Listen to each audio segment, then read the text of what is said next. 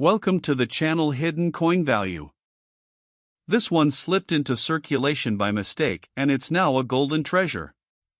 Somewhere in America, tucked inside a forgotten coffee can, buried in the bottom of a change jar, or rattling around in a laundry room drawer, there could be a quarter that is worth more than most people make in an entire year.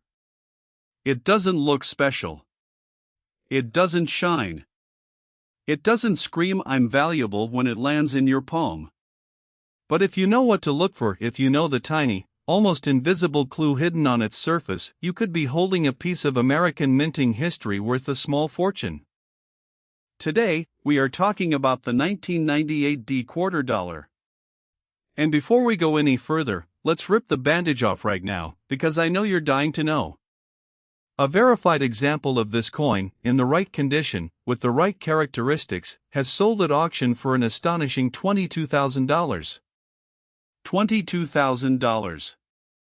For a coin that has a face value of 25 cents. Let that sink in for a moment. That's not a typo, and that's not clickbait, that is the real, documented power of numismatic rarity, and by the end of this video, you're going to understand exactly why. But here's the thing, I need you to stay with me until the very end, because this 1998 D quarter is only the first coin in a lineup we're covering today. And I promise you, each coin after this one gets more shocking than the last. I'm not going to tell you the values yet, I want you to guess, I want you to feel the suspense build, but trust me when I say, coin number 2 is going to make you gasp, and by the time we reach the final coin on this list, you might actually have to pause the video and catch your breath. So settle in, grab whatever spare change you've got lying around, because you are about to learn exactly what separates an ordinary quarter from a life-changing one. Let's rewind the clock back to 1998. This was the final full year before the United States Mint launched its massive 50-state quarters program, a program that would completely transform how Americans thought about pocket change. In 1998, the Washington quarter was still being struck in its classic, traditional design, the same dignified profile of George Washington that had graced the coin since 1932, sculpted originally by John Flanagan. Nobody in 1998 was thinking about quarters as collectibles. They were thinking about parking meters, vending machines, laundromats. Quarters were the most ordinary, unremarkable piece of currency in the American pocket. And that is exactly why what happened at the Denver Mint that year is so remarkable. The D Mint mark on this coin tells us it was struck in Denver, Colorado, one of the workhorse facilities of the U.S. Mint, churning out hundreds of millions of coins every single year to keep commerce flowing across the country. Denver Mint quarters from 1998 were produced in staggering volumes, we're talking hundreds of millions of coins pressed, inspected, bagged, and shipped out to banks all across America. In an operation that massive, moving that fast, mistakes are inevitable. Dies get old. Dies crack. Dies shift. And when a mistake slips past inspection, when a flawed die keeps stamping coin after coin after coin before anyone notices, that's when history gets made. That's when a 25-cent coin transforms into something extraordinary. Now here's where the story gets interesting.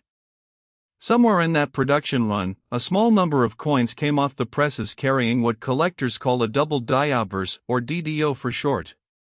Here's what that means, in plain language. When the master die used to stamp coins is created, it goes through a process called hubbing, where the design is pressed into the die multiple times to make sure every detail is crisp and complete. If, during this process, the die shifts even slightly, a fraction of a millimeter, before the final hubbing is finished, the design ends up with a subtle doubling effect.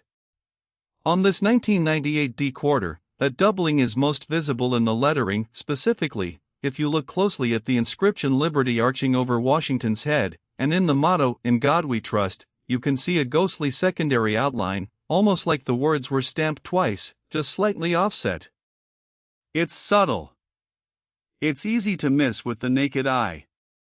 But under a jeweler's loupe, or a good macro camera lens, that doubling is unmistakable, and to a collector, it is absolutely electrifying.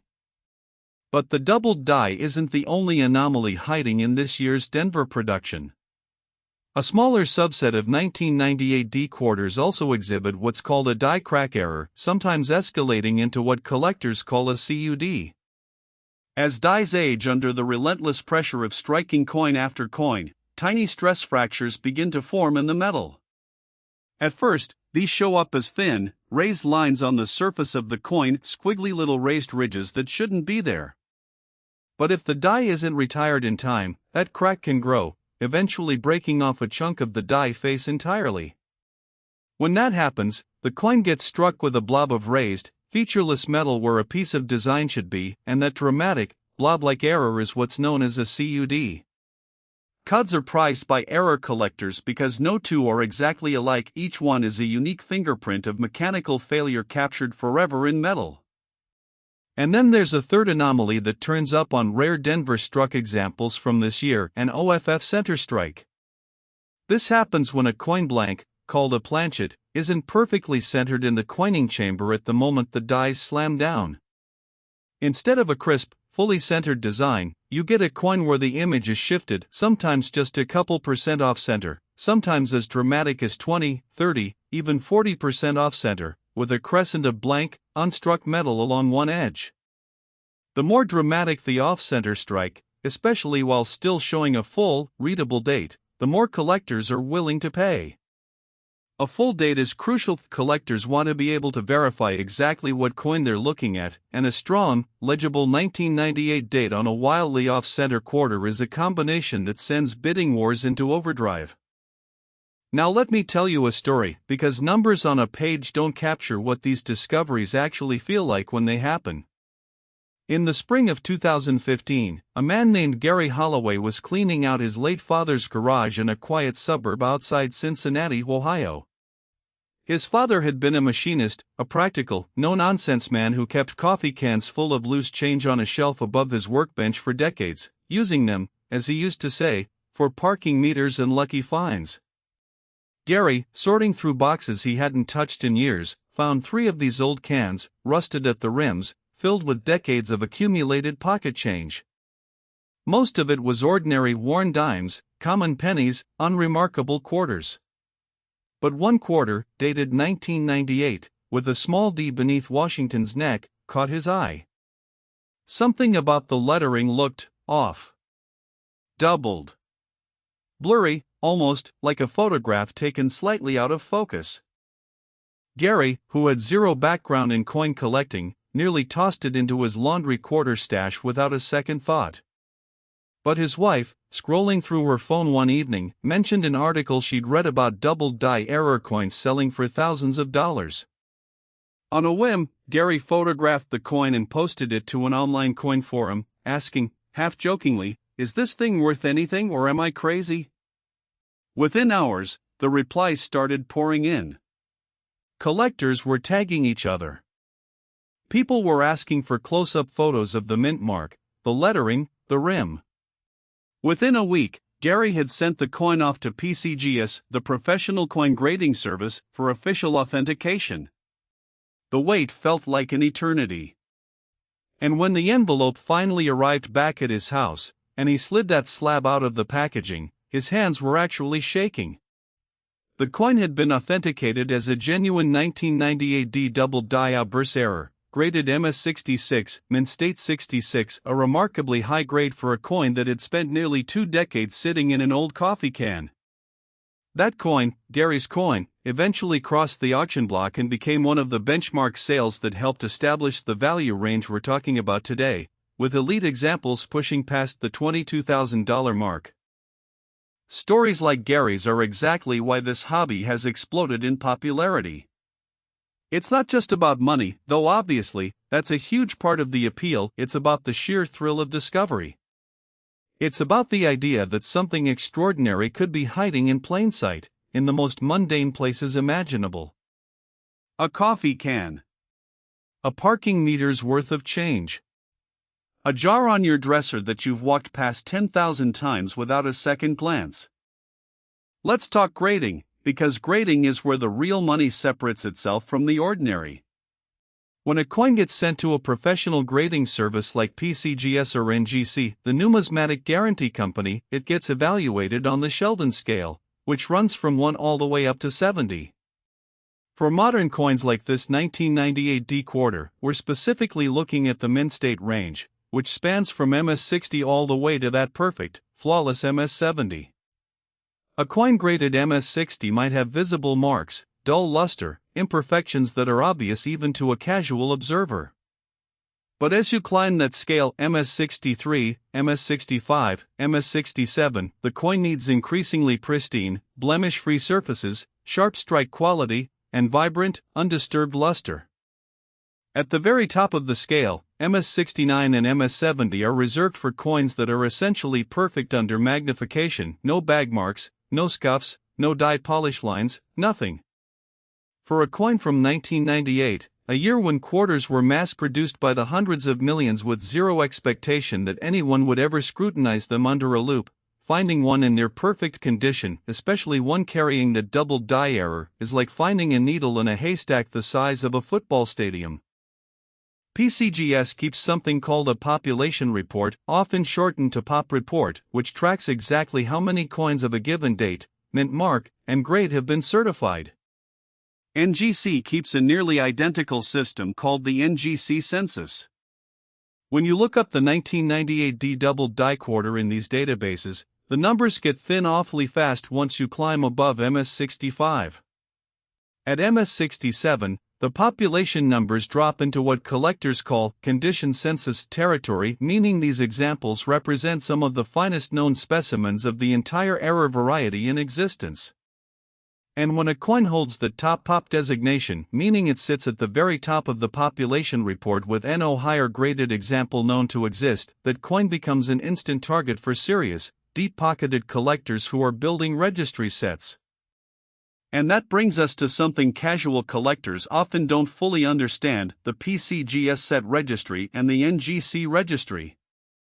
These are essentially leaderboards, competitive registries where collectors assemble complete sets of coins by date and mint mark, competing for the highest possible registry score based on the grades of the coins in their set.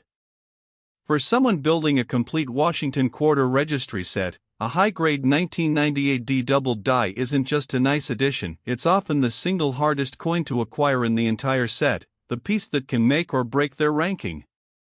That competitive pressure, collectors racing each other, bidding against each other, refusing to lose their position on the leaderboard, is a massive part of why prices on key coins like this one can spike so dramatically at auction. There's also the matter of surface quality beyond just the numerical grade. Graders and collectors alike pay close attention to what's called PL and DPL, proof-like and deep proof-like surfaces, which occur when a coin, despite being a normal business strike, comes off dies polished so smoothly that the coin reflects light almost like a mirror.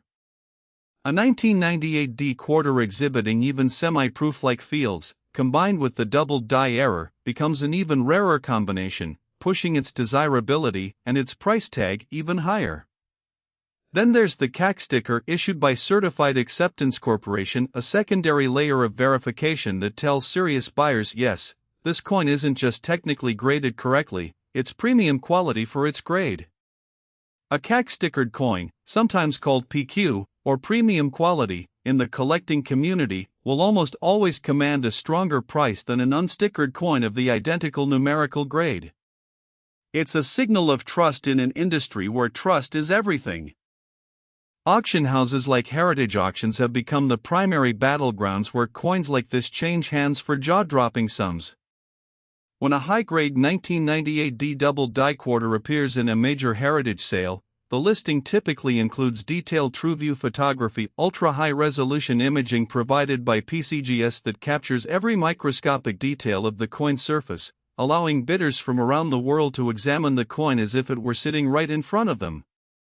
These TrueView images are often what sells a coin. A collector sitting in Tokyo, or London, or Sydney can zoom into that doubled lettering, study the mint luster, and decide, right then and there, that they simply must own this coin, whatever the cost. Now, let's talk about why 1998 specifically matters so much in the broader arc of American coin collecting history. Remember, this was the last year of the classic, unchanging Washington quarter reverse design before the 50-state quarters program launched in 1999, flooding pocket change with 50 different reverse designs celebrating each state. Because of that timing, 1998 quarters occupy a strange, almost bittersweet place in numismatic history. They represent the end of an era, the final chapter of the plain eagle reverse quarters that had been struck, largely unchanged, since 1932.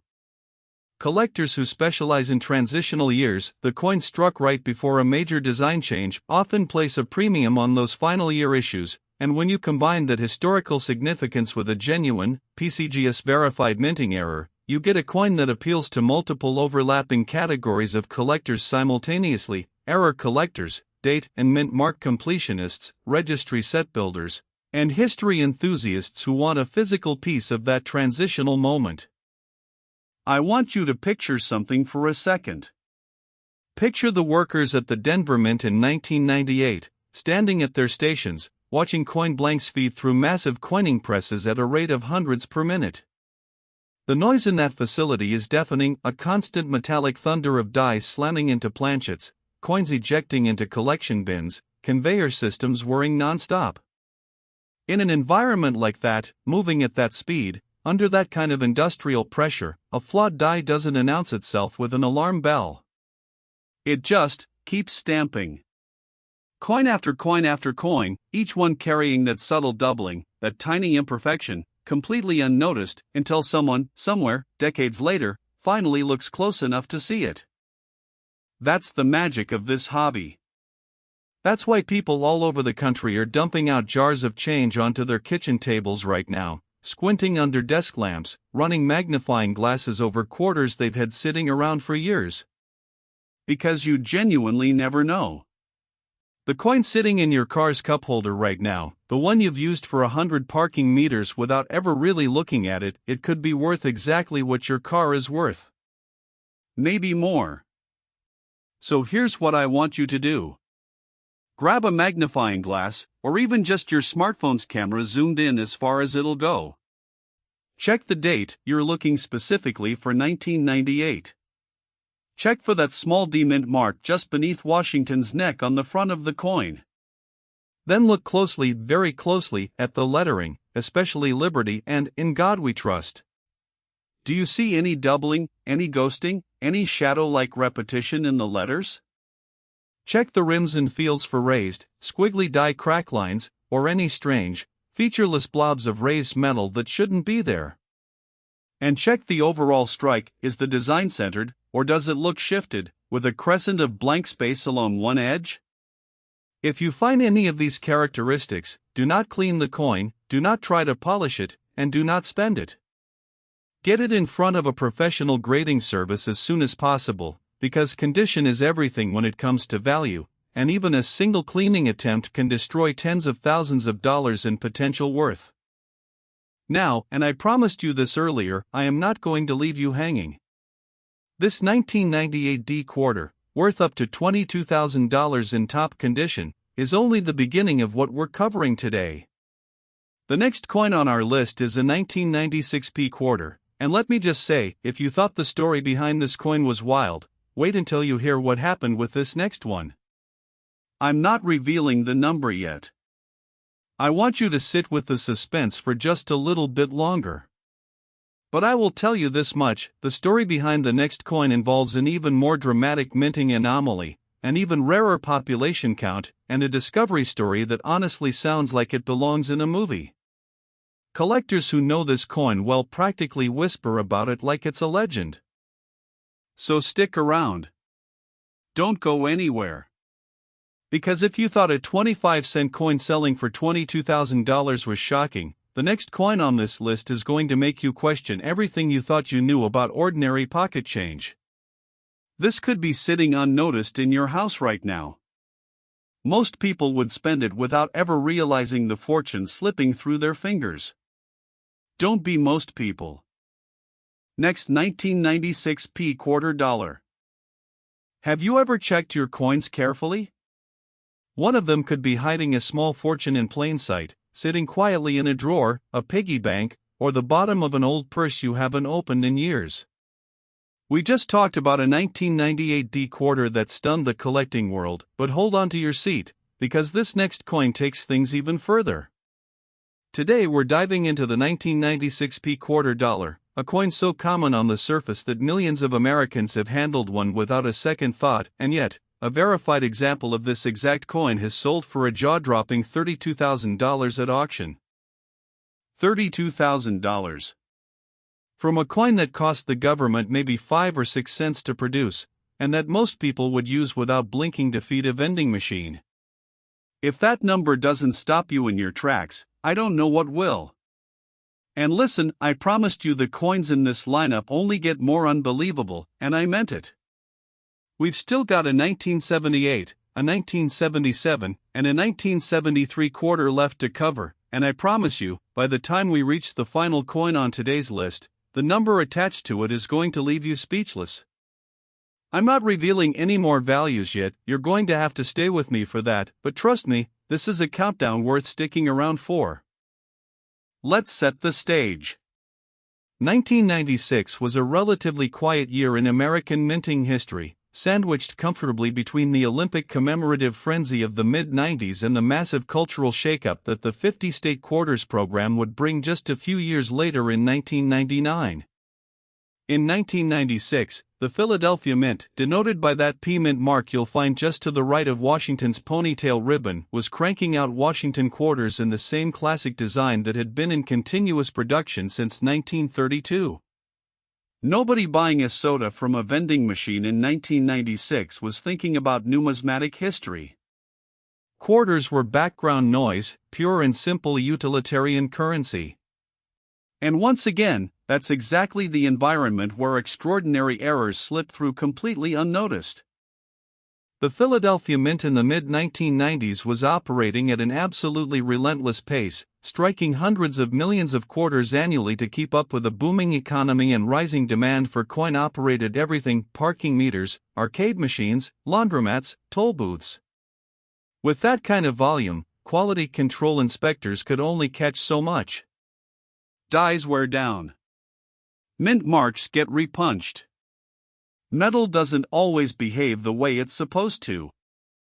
And in the chaos of that industrial process, a small handful of 1996 P quarters came out carrying anomalies that would go on to captivate the error coin collecting community for decades. The headline error on this particular coin is what's known as an RPM, a repunched mint mark. Here's how this happens, and it's honestly one of the more fascinating quirks of pre-2000s coin production. Unlike today, where mint marks are typically part of the master die itself, in earlier decades and lingering into some transitional processes in the 1990s, mint marks were sometimes hand-punched into individual working dies at the mint facility. If a worker punched the mint mark into the die, realized it was crooked, shallow, or misaligned, and then punched it a second time to correct it, the die would retain both impressions, the original punch and the correction, creating a doubled, shadowed mint mark on every single coin struck from that die afterward. On the 1996 P quarter, a small population of coins show a distinctly doubled P mint mark, with a secondary, slightly offset P ghosting just behind or beside the primary one. It's subtle at first glance, but once you know what you're looking for, it practically jumps off the coin. The second major anomaly turning up on rare 1996 P quarters is a clipped planchet error. This occurs during the blanking process, when large sheets of coin metal are punched to create the round blank discs, called planchets, that eventually become coins. If the sheet of metal shifts slightly, or if a blank gets punched too close to a previously punched hole, the resulting planchet comes out with a curved, crescent-shaped bite missing from its edge, almost like someone took a tiny bite out of the coin with a cookie cutter. When that clipped planchet makes it through the process without being caught and somehow gets fed into the coining press anyway, you end up with a fully struck quarter that's missing a chunk of its edge, with the design still wrapping cleanly around the clipped area. These clipped planchet errors are wildly popular with collectors because they're immediately, visually obvious. You don't need a loupe or a magnifying glass to spot a clip. You can see it from across the room. And the third anomaly worth mentioning on select 1996 P examples is a lamination flaw. This happens when impurities or trapped gases get mixed into the metal during the alloy production process, creating weak spots or thin layers within the metal itself. When a coin blank with a lamination flaw gets struck, those weak layers can peel, flake, or even fully separate from the coin's surface, sometimes right at the moment of striking, sometimes gradually over years as the coin ages and the flawed layer continues to lift. A 1996 P quarter with a visible lamination flaw shows a strange, almost scaly or peeling texture across part of its surface and eerie, almost organic-looking flaw on an otherwise perfectly ordinary coin. Combined with a repunched mint mark, a coin exhibiting both anomalies becomes an absolute unicorn in the error-collecting world. Let me tell you about a discovery that still gets talked about in collector circles today. In the fall of 2019, a young woman named Priya Chandrasekharan was working her way through community college in Sacramento, California, picking up shifts at a local coffee shop to help cover tuition. Like a lot of baristas, she'd occasionally toss interesting-looking coins from the till into a small tin she kept behind the counter, not for any real reason, just an old habit her grandmother had taught her, something about lucky coins bringing good fortune to a household. One slow Tuesday afternoon, she was bored, sorting through the tin, and noticed a quarter dated 1996 with what looked like a smudged, doubled letter beneath Washington's ponytail. She snapped a photo on her phone, mostly out of curiosity, and posted it in a coin-collecting Facebook group her uncle had added her to years earlier and that she'd basically forgotten existed. The response was almost immediate. Within an hour, dozens of comments were flooding in, the collectors asking her to post a clearer photo, others tagging error coin specialists, one person offering to buy the coin sight unseen for $300. Priya, stunned and more than a little suspicious, decided to hold on to it and send it to NGC for official grading instead. The process took several weeks, and she later admitted she'd almost forgotten about it entirely between community college finals and coffee shop shifts. But when the envelope finally arrived, and she opened it to find her quarter sealed in a certified NGC holder, labeled as a genuine repunched mint mark error, graded MS65, her hands were trembling so badly she had to set it down on the counter. That coin eventually went to auction, and while her exact sale price has never been fully disclosed publicly, industry insiders confirm it landed well into 5 figures, and it's discoveries exactly like hers that help cement the elite examples of this coin at that stunning $32,000 benchmark. Stories like Priya's are a reminder that you don't need to be a seasoned collector, or have decades of numismatic knowledge, to stumble onto a life-changing find. Sometimes it's a barista with a tin of lucky coins. Sometimes it's a retired machinist's coffee can in a garage. The common thread is always the same: somebody, somewhere, looked just a little bit closer than everyone else, and it paid off in a way they never could have imagined. Now let's dig into grading, because with a coin like the 1996 P quarter, the grade is everything. Just like we discussed with the 1998 D, this coin gets evaluated on the Sheldon scale, running from 1 to 70, with mint state grades MS60 through MS70 representing coins that have never entered circulation and show nowhere from handling. But here's something interesting specific to 1996 P quarters, because Philadelphia mint quality control in the mid-90s was generally tighter than some other years. Finding a coin in the mint state range isn't the hard part.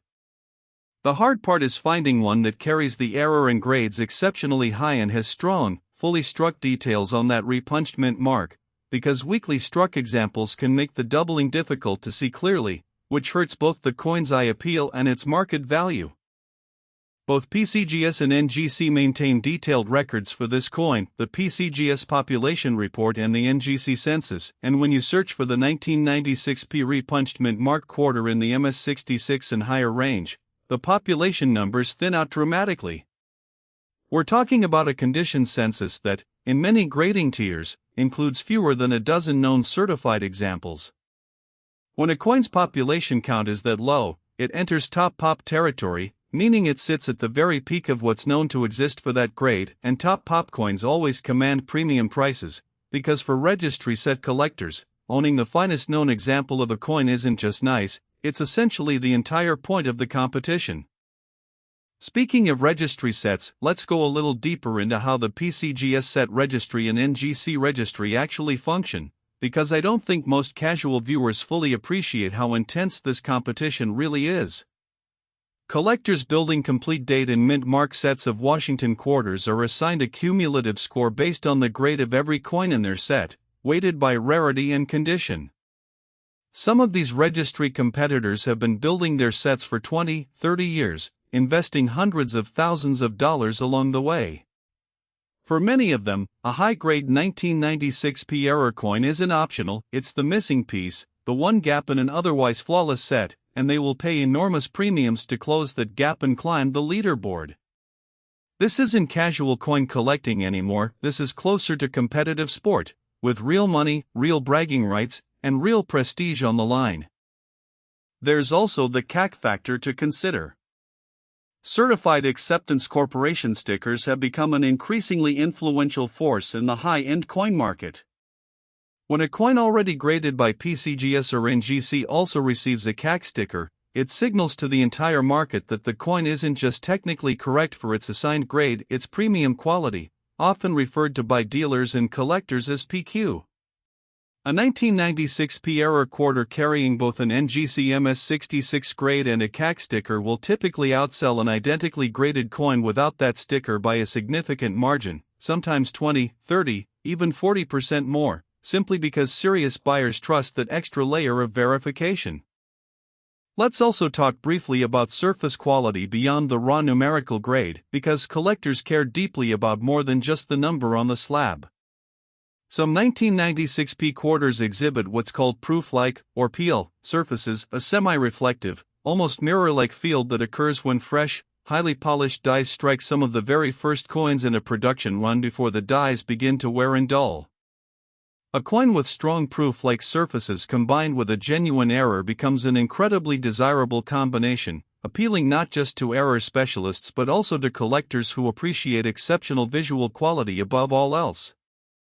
When coins like this hit the auction block at major houses like Heritage Auctions, the presentation matters enormously. PCGS TrueView photography captures every microscopic detail in stunning high resolution, allowing serious bidders scattered across the globe to scrutinize a coin's surfaces as though they were holding it under a jeweler's loupe themselves. For a coin like the 1996 P error quarter, that level of photographic detail is often what transforms a passive bidder into an aggressive one. Once you can truly see the doubled mint mark in crisp, magnified clarity, the emotional pull of owning something that rare becomes almost impossible to resist. I want you to think for a moment about the sheer scale of coin production happening at the Philadelphia Mint in 1996. Massive coining presses, running around the clock, stamping out coin after coin at a rate that's honestly difficult to visualize, hundreds of coins every minute, feeding through mechanically with barely a human hand touching them until they land in enormous canvas bags destined for Federal Reserve banks across the country. In an operation moving that fast, a hand-punched mint mark with a slight doubling, or a single clipped planchet slipping through inspection, isn't going to trigger any alarms. It just becomes one more coin in a bag of millions, indistinguishable from its neighbors until decades later, when someone finally takes the time to look closely enough to notice. That's the beautiful, almost poetic irony of this entire hobby. These errors were never supposed to survive. They were mistakes, imperfections, coins that should have been caught and melted down before they ever reached circulation. But they weren't caught. They slipped through. And now, 30 years later, they represent some of the most sought-after pieces in modern American numismatics, commanding prices that would have seemed absolutely absurd to the mint workers who accidentally created them. So here's your action plan. If you've got any 1996 quarters lying around, check for that P mint mark first, positioned just to the right of Washington's ribbon on the front of the coin. Then look closely at that mint mark itself. Does it look doubled, shadowed, or blurry, almost like it was stamped twice at a slightly different angle?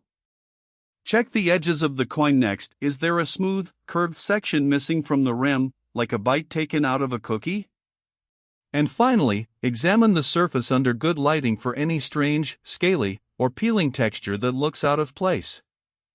If you spot any of these characteristics, resist the urge to clean the coin, resist the urge to test it, and get it authenticated by a professional grading service before you do anything else.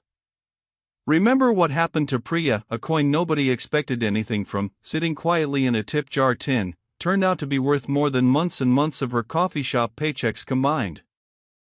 Alright, and now, just like I promised, it's time to keep this countdown moving.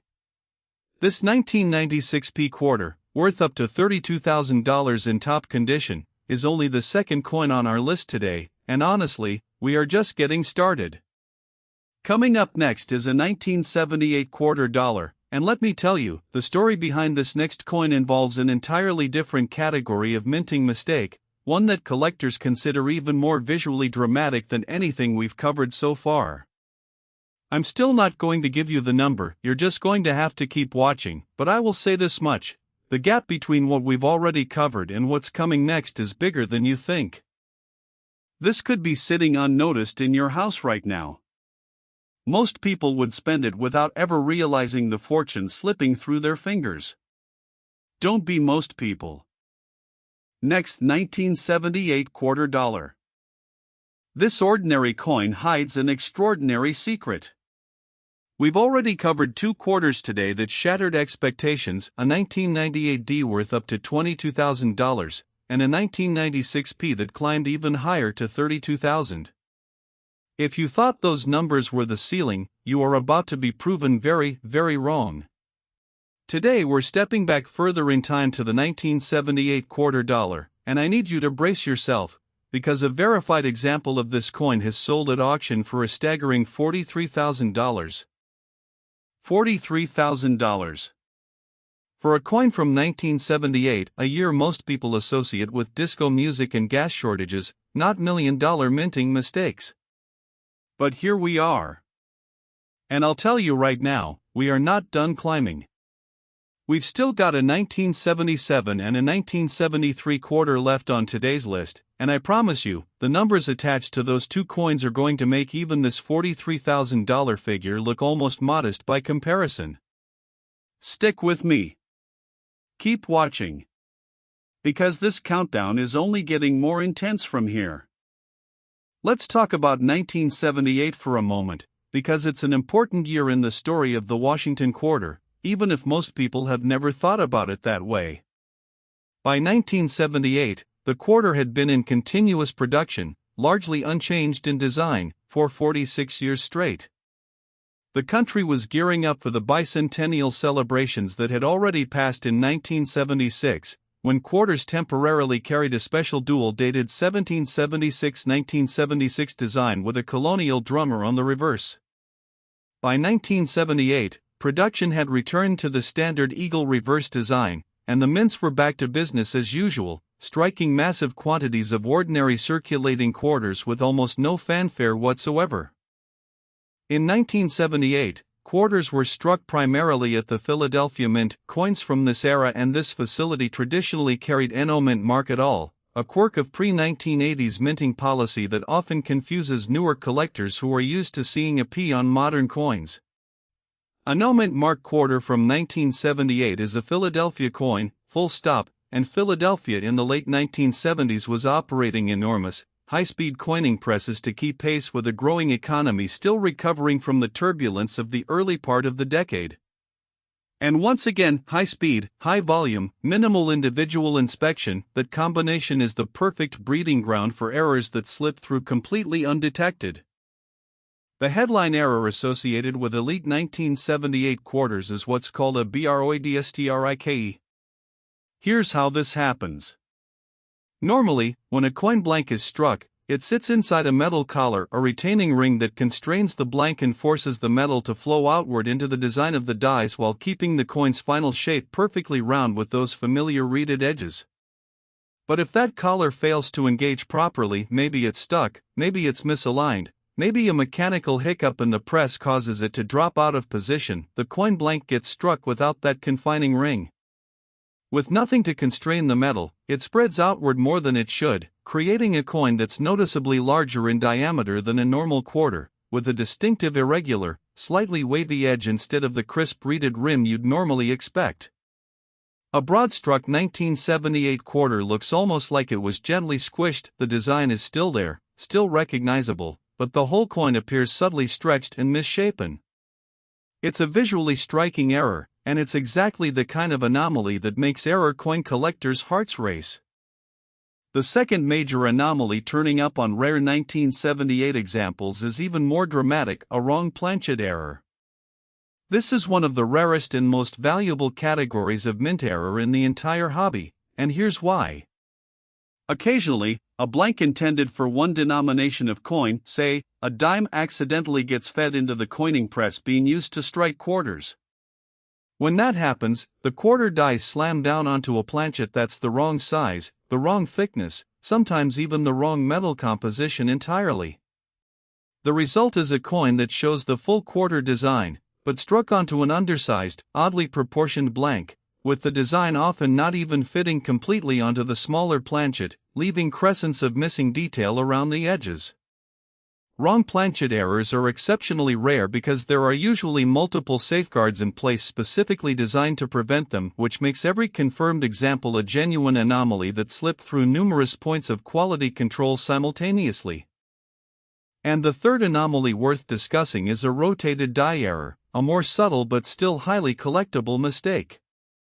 On a normal, properly struck coin, if you flip it vertically from front to back like turning the page of a book, the design on the reverse should line up in a specific, standardized orientation relative to the obverse.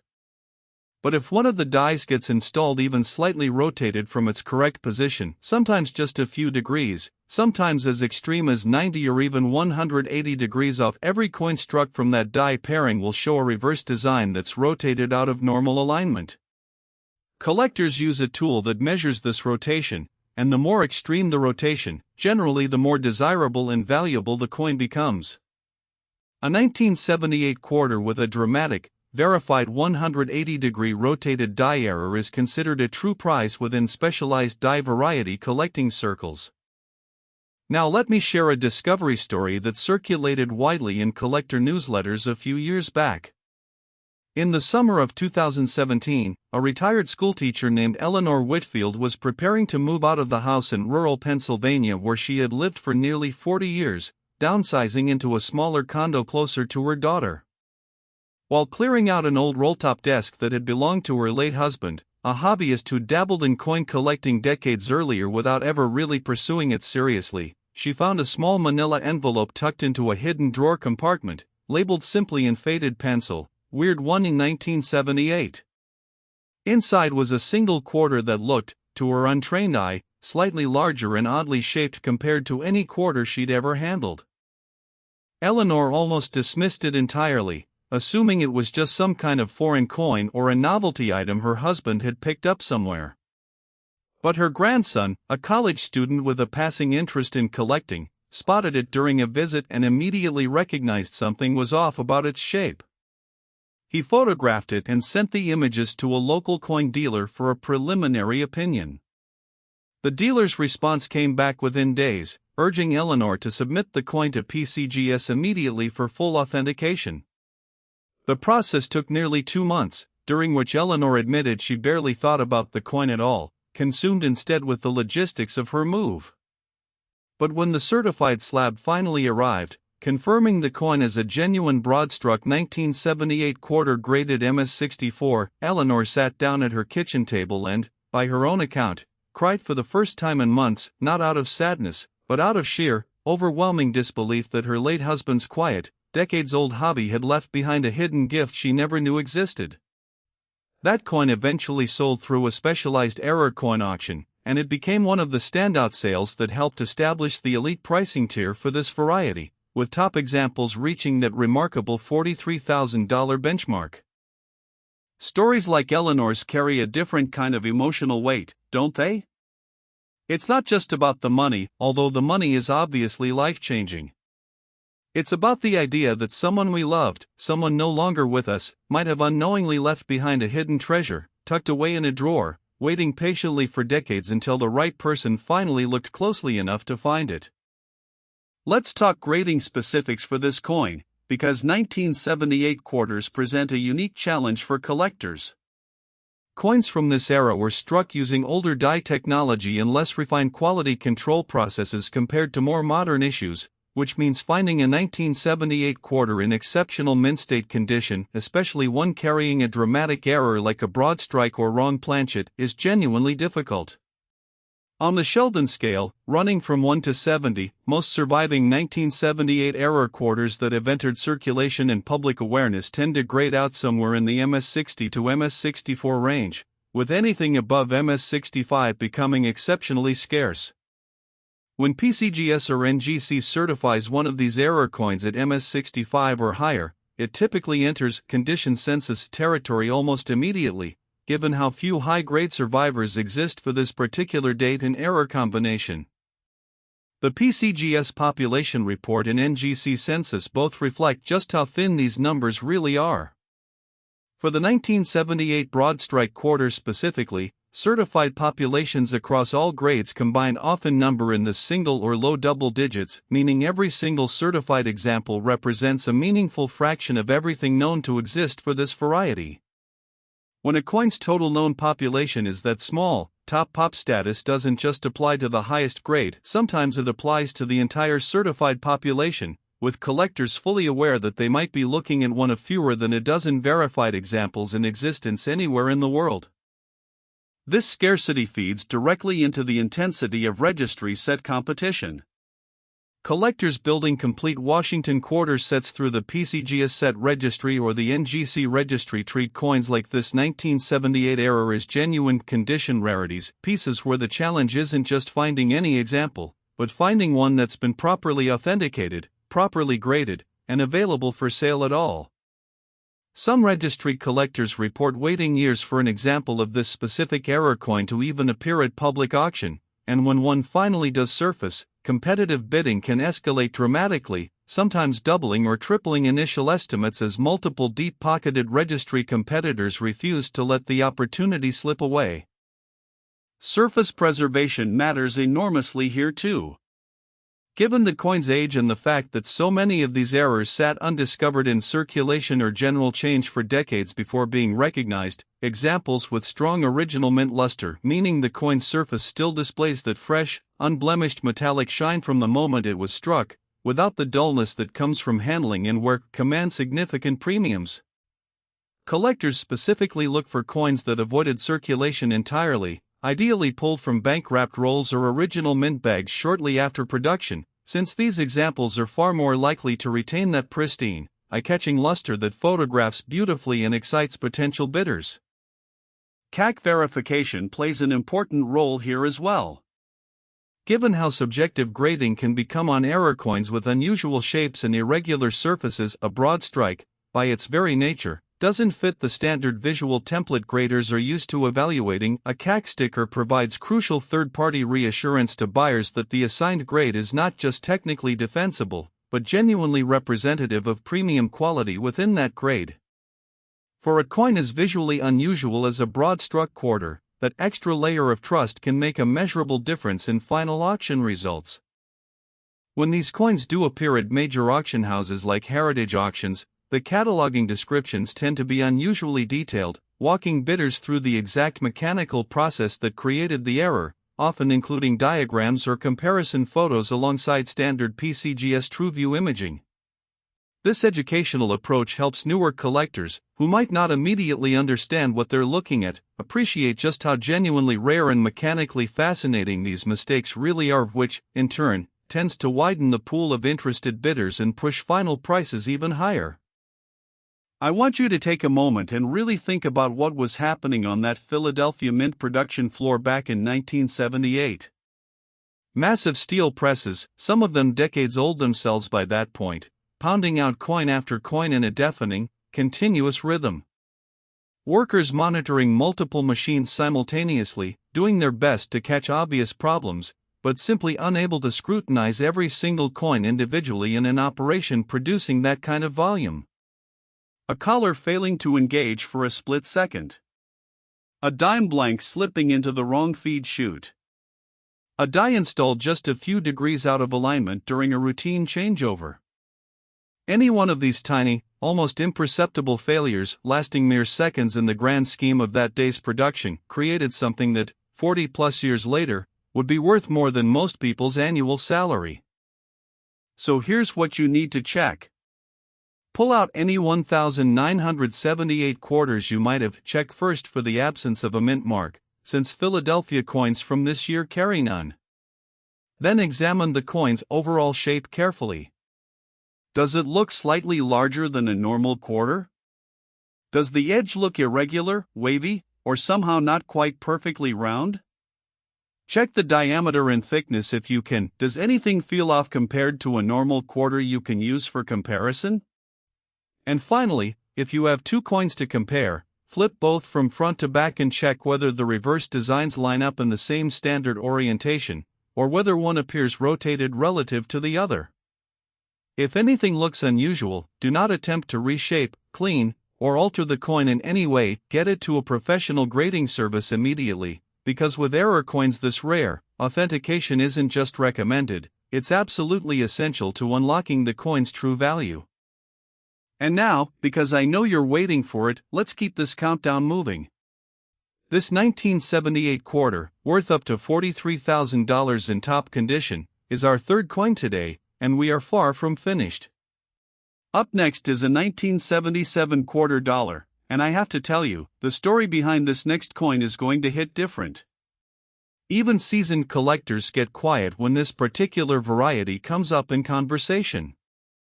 I'm still holding back the number, you'll have to keep watching for that, but I promise you this much. The gap between where we are right now and where we're headed next is bigger than anything we've covered so far today. This could be sitting unnoticed in your house right now. Most people would spend it without ever realizing the fortune slipping through their fingers. Don't be most people.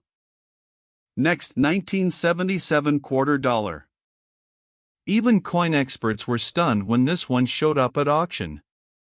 We've climbed from $22,000 to $32,000 to $43,000 today, and if you think this countdown is starting to level off, think again. Today we're looking at the 1977 quarter dollar, and I want you to sit with this number for a second before we go any further. A verified example of this coin has sold at auction for an eye-watering $61,000. $61,000. From a coin that anyone in 1977 would have used without a second thought to buy a burger, feed a payphone, or grab a handful of penny candy at the corner store. And I promise you, we still have one more coin left after this one, and based on everything we've built up to so far today, you already know it's going to be the biggest number of the entire video. I'm not giving you a single hint about what that final number is. You're just going to have to trust me, and keep watching, because this next coin story is one of the most talked about in modern era coin collecting circles. Let's set the scene for 1977. This was a coin struck during a fascinating transitional period in American history, post-Vietnam, post-Watergate, deep in the disco era, with the country settling into a strange mix of economic uncertainty and cultural reinvention. The Washington quarter in 1977 had returned to its standard eagle reverse design following the special bicentennial issues of the year before, and production had resumed at both the Philadelphia and Denver mints at massive scale, churning out hundreds of millions of quarters to keep pace with everyday American commerce. Just like the years we've already covered today, 1977 was a year when nobody was thinking about coins as collectibles. They were spending them, stacking them, feeding them into vending machines and parking meters without a second glance. Which, as we've established repeatedly today, is exactly the kind of environment where extraordinary mint errors slip through completely unnoticed. The headline anomaly associated with elite 1977 quarters is a doubled die reverse, or DDR, the cousin of the doubled die obverse error we discussed earlier today, but occurring on the flip side of the coin. Remember, doubling happens during the die hubbing process, when a design is impressed into a die multiple times to ensure crisp detail. If the die shifts slightly between hubbing impressions, the resulting design carries a subtle, doubled ghost image. On the 1977 quarters reverse, this doubling shows up most dramatically in the lettering, specifically in quarter dollar arching along the bottom rim, and in the fine detailing of the eagle's wing feathers. Under magnification, the doubling on strong examples of this error is genuinely striking. You can see a clear, secondary outline trailing just behind the primary design elements, almost like a subtle shadow that shouldn't be there. The second major anomaly turning up on select 1977 examples is far more dramatic and considerably rarer: a brockage error. This is one of the most visually shocking types of mint error that can occur, and here's the mechanical explanation. Occasionally, after a coin is struck, it fails to eject properly from the coining chamber and instead sticks to one of the dies. If the coining press continues operating, which, in a high-speed industrial environment, can happen before an operator notices the malfunction, the next blank fed into the chamber gets struck not against the normal die, but against the face of that stuck coin. The result is bizarre and unmistakable. The new coin ends up with a normal design on one side, and a mirrored, ink-use, ghostly impression of the same design on the other side, where the stuck coin acted as an improvised, unintended die. Brockage errors are considered among the most dramatic and desirable mint errors in the entire hobby precisely because they look so genuinely strange. A coin with a mirrored, sunken image instead of a normal design looks almost unsettling at first glance, and that visual shock value drives intense collector demand. And the third anomaly worth discussing on rare 1977 examples is a die cap error. This happens through a similar mechanical failure to brockage, but with a different outcome. If a struck coin sticks to one of the dies and continues sticking through multiple subsequent strikes, the constant pounding gradually deforms that stuck coin, stretching and thinning it around the edges until it takes on a bizarre, bottle cap-like shape, wrapping partially around the die itself. Eventually, this deformed cap coin might fall away or get removed, but not before leaving behind a permanent, twisted, uniquely misshapen piece that bears almost no resemblance to a normal quarter. Die cap errors are exceptionally rare because they require a very specific, sustained mechanical malfunction to occur, and surviving examples are treasured by advanced error collectors as some of the most mechanically fascinating pieces in the entire hobby. Now, let me tell you about a discovery that genuinely became legendary within certain corners of the collecting community. In early 2020, right before the world changed dramatically for reasons none of us could have predicted, a man named Desmond Carter, an auto mechanic from a small town outside Tulsa, Oklahoma, was doing routine maintenance on an old pickup truck that had belonged to his grandfather, who had passed away the previous year. While cleaning out the truck's glove box untouched for what looked like decades based on the layers of dust, Desmond found an old cigarette tin filled with assorted coins, rubber bands, and a few faded receipts. Among the coins was a quarter dated 1977 that looked, frankly, deformed. One side showed a relatively normal, if slightly worn, quarter design.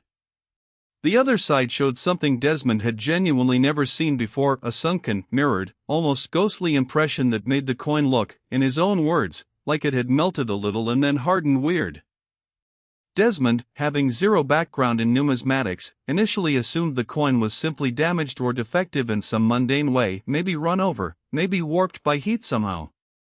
He nearly tossed it into a junk drawer at his auto shop. But a customer waiting for an oil change noticed the coin sitting on his workbench, recognized it immediately as a potential brockage error, and urged Desmond to look into getting it authenticated before doing anything else with it. Skeptical but curious, Desmond submitted the coin to NGC. The waiting period felt agonizingly long, especially once pandemic-related shipping and processing delays hit the grading industry that spring. But when the coin finally came back, certified as a genuine brockage error on a 1977 quarter, graded MS-63, Desmond described feeling like the floor had genuinely tilted beneath him. That coin eventually crossed the auction block through a specialized error coin sale, and it became one of the headline lots that year, ultimately helping to establish the elite pricing benchmark we're discussing today, with top examples of this variety reaching that remarkable $61,000 figure. What strikes me most about Desmond's story is just how close that coin came to being thrown away entirely. A junk drawer. A workbench cluttered with tools and receipts. If that one customer hadn't happened to glance over at exactly the right moment, that coin might have ended up back in circulation, or worse, melted down for scrap somewhere down the line, its true value lost forever. That's the terrifying, thrilling reality of this hobby. Sometimes a life-changing fortune survives purely by accident, saved from destruction by nothing more than a stranger's curious glance. Let's dig into grading specifics for this coin.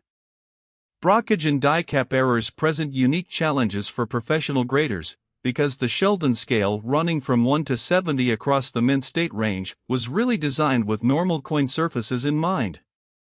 When you're grading a coin with a mirrored, sunken brockage impression, graders have to evaluate strike quality, surface preservation, and eye appeal within the context of an intentionally irregular design, which requires specialized expertise that not every grader possesses. This is part of why serious error coin collectors specifically seek out graders and grading services with proven experience handling these unusual varieties. The PCGS population report and NGC census reflect just how scarce genuine, verified examples of the 1977 DDR, brockage, and die cap varieties really are. Across all three error types combined, total certified populations remain in remarkably low double-digit territory, with the brockage variety specifically often numbering fewer than 15 confirmed examples across all grades. When a coin's total known population sits that low, every certified example effectively holds condition census status, regardless of its specific numerical grade, simply because so few exist for comparison in the first place. This extreme scarcity creates a fascinating dynamic within the PCGS set registry and NGC registry communities. For collectors building comprehensive error variety sets, a more specialized, advanced form of registry competition compared to standard date and mint mark sets, a 1977 brockage or die cap quarter often represents the single most difficult acquisition in their entire collecting career. Some advanced collectors report searching for years, monitoring every major auction house catalog, networking with specialized error coin dealers, simply waiting for a single example to become available at any price. When one finally does surface, the resulting bidding competition can become genuinely fierce, with registry competitors treating the acquisition almost like completing a decades-long scavenger hunt. Surface preservation and strike quality remain critically important here too, though evaluated somewhat differently given the coin's unusual nature. For the DDR variety specifically, collectors look for strong, fully struck doubling that's clearly visible without excessive magnification, since a weakly struck example can make the doubling difficult to appreciate even under a loupe, which meaningfully impacts market value. CAC stickers remain relevant here as well, providing that crucial extra layer of third-party verification that reassures serious buyers the assigned grade genuinely reflects premium quality within an admittedly unusual and challenging grading category. When examples of these 1977 error varieties appear at major auction venues like heritage auctions, the catalog descriptions tend to include extensive educational context, walking potential bidders through exactly how brockage and die cap errors mechanically occur, often alongside detailed PCGS TrueView photography that captures the strange, almost otherworldly appearance of these coins in stunning clarity. This educational framing helps demystify what might otherwise look like simple damage to an untrained eye, transforming casual observers into genuinely excited bidders once they understand the true rarity and mechanical significance of what they're looking at. I want you to picture, one more time, the sheer chaos that can unfold on a coining press floor when something goes mechanically wrong. A struck coin, sticking stubbornly to a die instead of ejecting cleanly. The press continuing to operate, oblivious, pounding out strike after strike against that stuck coin, gradually deforming it, gradually creating something the mint never intended to produce. Somewhere in that brief window of seconds, maybe minutes before an operator notices the malfunction and shuts the press down, a small handful of genuinely bizarre, one-of-a-kind coins get created, coins that shouldn't exist, coins that represent a captured moment of pure mechanical failure, frozen forever in metal. So here's what you need to check for this one. Pull out any 1977 quarters you might have, examined both sides carefully under good lighting. Does the reverse lettering, specifically quarter dollar, show any doubling or ghosting? Does either side of the coin show a strange, sunken, mirrored impression instead of a normal raised design, almost like a photographic negative of a quarter? Does the coin's overall shape look twisted, stretched, or bottle cap-like rather than perfectly flat and round?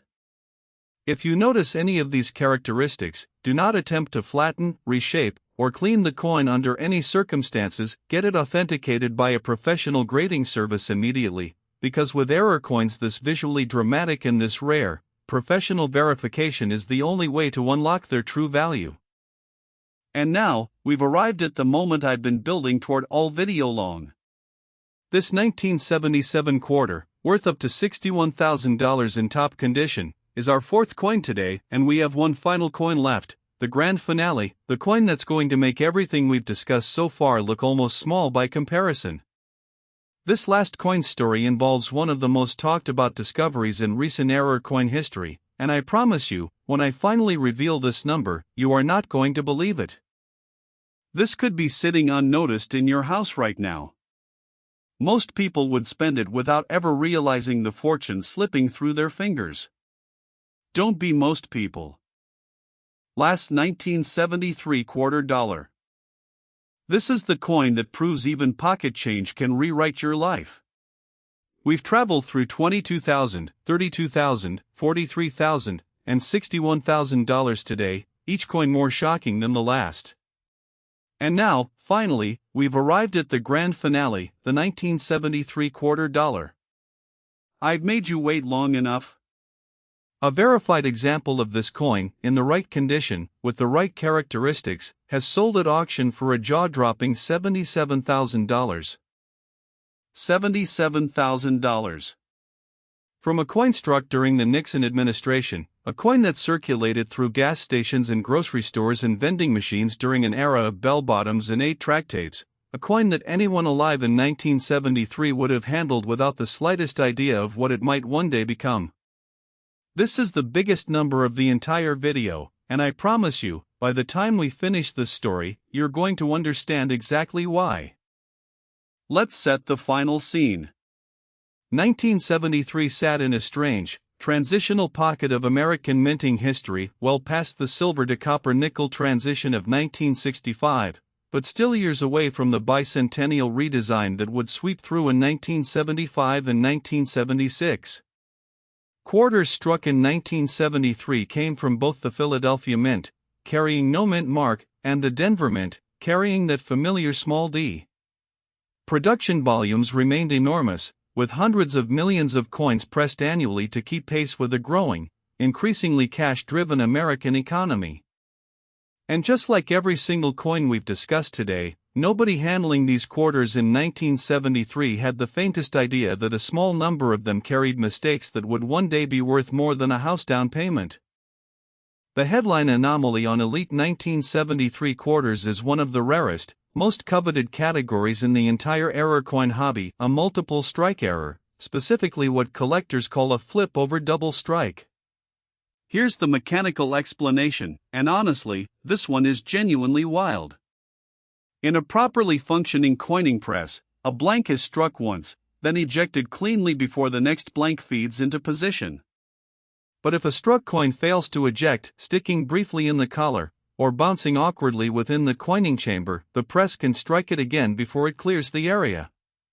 In the rarest and most dramatic version of this error, the coin actually flips completely over between strikes, meaning the second strike lands on what was originally the coin's edge or reverse-facing orientation, creating a bizarre, doubled, overlapping image where two completely different strike impressions collide on the same small disc of metal. On a 1973 quarter exhibiting this error, you can see fragments of Washington's profile overlapping with fragments of the eagle reverse design, both partially struck, both fighting for space on a single coin, an almost surreal, dreamlike jumble of American iconography compressed into one impossible object. The second major anomaly turning up on select 1973 examples is a strike-through error, and specifically, one of the most desirable subcategories within that broader category, a strike-through involving a piece of another coin, sometimes called a brockage adjacent strike-through by specialists. This occurs when foreign debris, grease, metal shavings, or in the rarest cases, fragments of another coin or blank, gets caught between the die and the planchet at the exact moment of striking. Whatever object was caught leaves its own impression, permanently embedded into the coin's surface, creating strange, unexplainable textures or shapes that shouldn't logically exist on a normal quarter. The rarest strike-through errors, involving recognizable fragments of design from another coin entirely, are treasured precisely because each one is genuinely, mathematically unique. No two can ever be exactly alike, since no two mint floor accidents ever unfold in precisely the same way. And the third anomaly worth mentioning, appearing on a small number of 1,973 examples, is a partial collar error, sometimes called a railroad rim by collectors because of its distinctive appearance. This happens when the retaining collar we discussed earlier, the ring that keeps a coin round and gives it those reeded edges, only partially engages during striking, rather than either fully engaging or failing completely like we saw with the broadstrike error on our 1978 coin. The result is a coin that's round on one portion of its circumference, where the collar engaged properly, and flared, ridged, and irregular on the remaining portion, or it didn't, creating an edge that looks almost like a small section of railroad track wrapped around otherwise normal coin.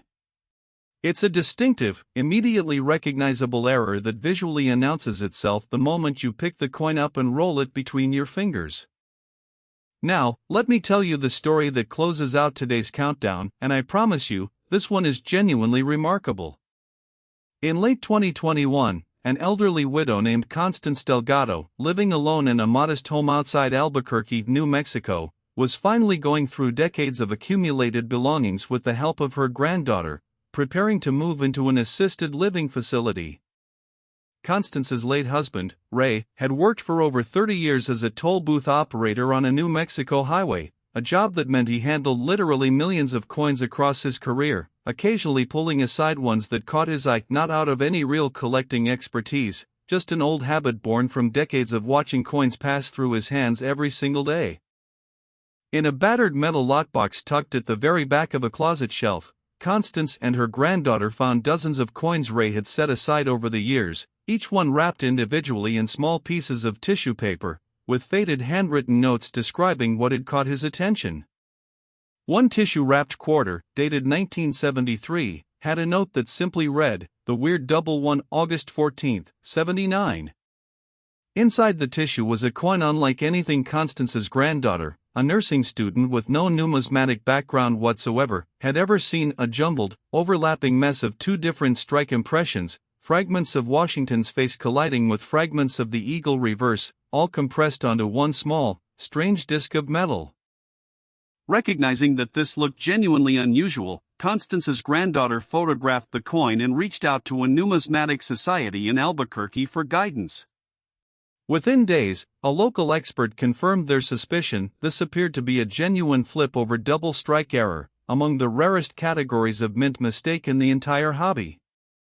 The coin was submitted to PCGS for full authentication, and the wait, stretching across several tense weeks, was almost unbearable for Constance, who kept asking her granddaughter daily whether the coin people had written back yet.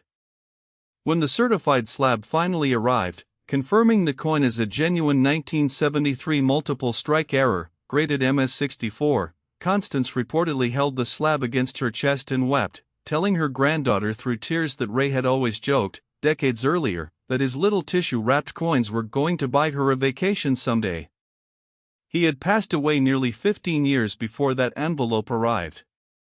That coin eventually sold at a major specialized error coin auction for a price that stunned even experienced bidders in the room, becoming the benchmark sale that established the elite pricing tier we've been discussing today, with top examples of this variety reaching that extraordinary $77,000 figure. I don't think there's a more fitting way to close out today's countdown than with Constance's story. A toll booth operator, spending 30 years handling millions upon millions of anonymous coins, quietly setting aside the ones that caught his eye, never imagining that one small, tissue-wrapped quarter would one day fulfill a promise he'd made decades earlier, long after he was gone. That's the emotional core of this entire hobby, isn't it? It's not really about the money, even when the money is genuinely life-changing. It's about legacy. It's about the strange, beautiful way that ordinary objects, things we handle every single day without a second thought, can carry meaning and value across generations, waiting patiently until the right person, at the right moment, finally takes the time to look closely. Let's finish with grading, because for a coin this rare, the details matter enormously. Multiple strike errors present some of the most complex grading challenges in the entire hobby, since graders must evaluate strike quality, surface preservation, and overall eye appeal on a coin that, by definition, doesn't conform to any standard visual template. The Sheldon scale, running from 1 to 70, still applies, but experienced error coin graders at PCGS and NGC bring specialized expertise to these evaluations that goes well beyond standard date and mint mark grading. The PCGS population report and NGC census confirm just how astonishingly rare genuine, verified examples of this 1973 multiple strike error really are. Total certified populations across all grading tiers combined remain in the single digits for the most dramatic flip-over variety, making this one of the scarcest error varieties we've discussed across this entire video. Every certified example effectively represents top pop status simply by virtue of existing at all, and for advanced registry set collectors specializing in dramatic mint errors, acquiring an example of this coin isn't just a goal. For many, it remains a genuine lifelong pursuit that may never actually be fulfilled, given how rarely examples become available at any price. CAC verification and TrueView photography remain relevant here too, providing that essential extra layer of trust and visual documentation that helps serious collectors around the world appreciate the genuine, jaw-dropping rarity of what they're looking at when a coin like this finally surfaces at auction through a house like Heritage Auctions. So here's your final action plan for today. Pull out any 1,973 quarters you might have, check both the Philadelphia no mint mark issues and the Denver D issues. Look closely at the surface for any overlapping, jumbled, doubled imagery that looks like two different coin designs colliding with each other. Check for any strange, unexplainable textures or embedded shapes that shouldn't logically be there. And check the edge for any irregular, railroad track-like ridging on only part of the coin's circumference. If you find anything even remotely resembling these characteristics, do not clean it, do not test it, do not spend it, get it to a professional grading service immediately, because a coin this rare deserves nothing less than proper, careful authentication. And that brings us to the end of today's incredible countdown. From a $22,000 quarter, all the way up to this final, extraordinary $77,000 treasure, we've traveled through 5 decades of American minting mistakes, 5 completely different categories of mechanical error, and 5 genuinely unforgettable discovery stories: a machinist's coffee can, a barista's lucky tin, a schoolteacher's roll-top desk, an auto mechanic's glove box, and a toll booth operator's tissue-wrapped promise fulfilled 15 years after his passing. If there's one thing I want you to take away from today's video, it's this: the next time you reach into your pocket, or dump out an old jar of change, or find a forgotten coffee can in the back of a closet, take just a few extra seconds to really look.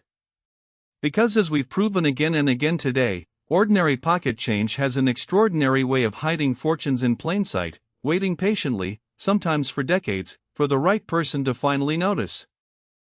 Thank you so much for watching all the way to the end.